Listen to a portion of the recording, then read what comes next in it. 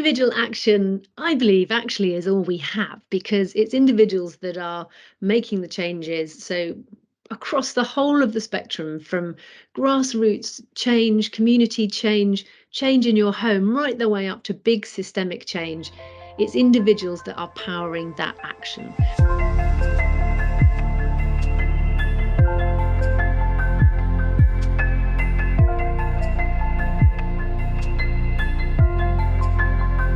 My sense generally is that people come away feeling uplifted, which is quite strange because we're talking about environmental collapse, but we're also talking about how quickly nature recovers, what we can do about it, and how each of us can play our part. And I love doing that. I love bringing that to audiences.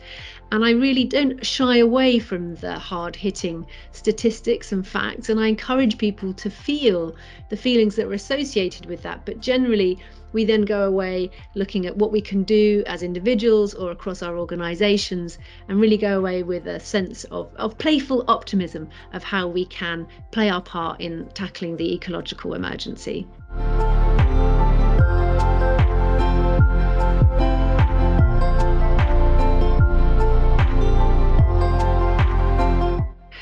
Well, it's certainly true that it can be a struggle. I set City to Sea up nearly 10 years ago now as a not-for-profit, but we can actually make profit. We're a community interest company as well as a charity.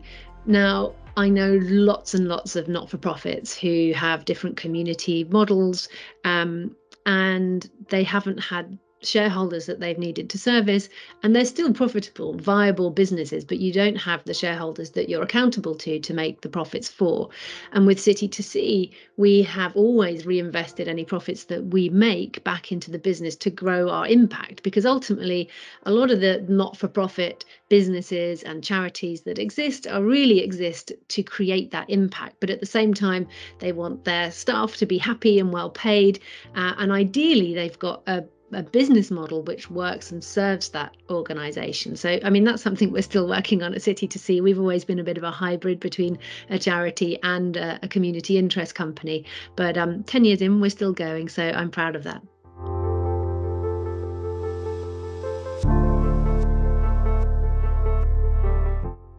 Well, through City to Sea and our corporate partnerships, we've had the chance of working with some fantastic corporates, and really I'd say it's down to them that we have been able to exist and power the campaigns that we've run, thanks to the corporate partnerships. And actually we found those easier to manage and to secure than we did the traditional trusts, grants and foundations, because there are some corporates out there who take a very proactive and pioneering approach to CSR and can support organizations like City to Sea.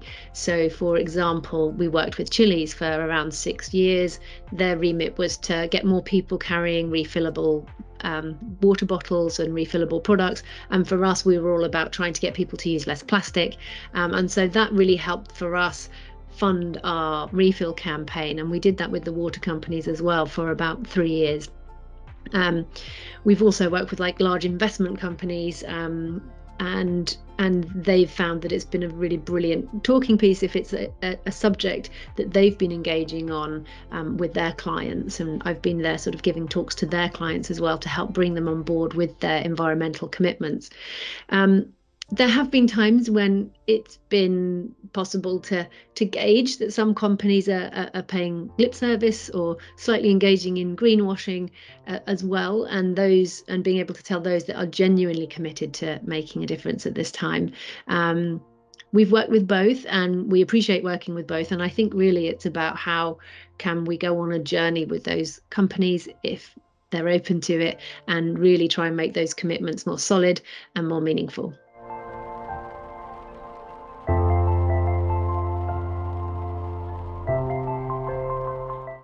Usually my impression is that it's generally balancing the need and the urgency of the ecological crisis with things having to make financial sense. Now, a lot of these businesses, and especially the ones that I'm speaking at, if they're not a startup, then it actually could have taken them decades to get to where they are now through innovation, technology development, and actually expecting them to pivot within a 10-year time frame is generally a huge challenge for most large organizations. So I think that's generally one of the main problems that companies come up against, is that sense of urgency. It's a lot to expect for people to make those changes when it's taken such a long time to get us into this place, and quite frankly in this mess in the first place.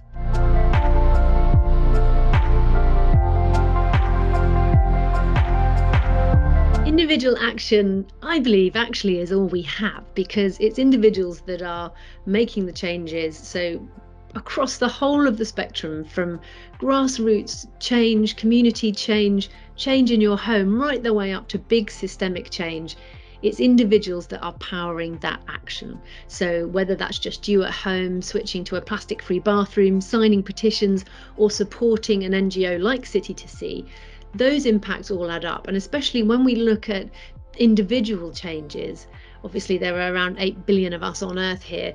Switching to, say, a plastic-free toothbrush, the more people that do that, or the more people that carry a reusable bottle, that creates a trend. And trends drive demand, and demand drives investment. So we can very much see how individual behaviour change is powering those changes towards more, within the plastic scope, towards more refillable systems and towards the circular economy.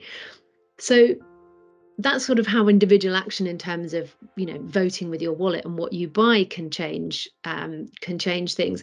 But actually looking at what change happens from companies, change in government, all of that is made up from individuals within those companies, within government, who have decided that they want to bring about the change within their environment, within their companies.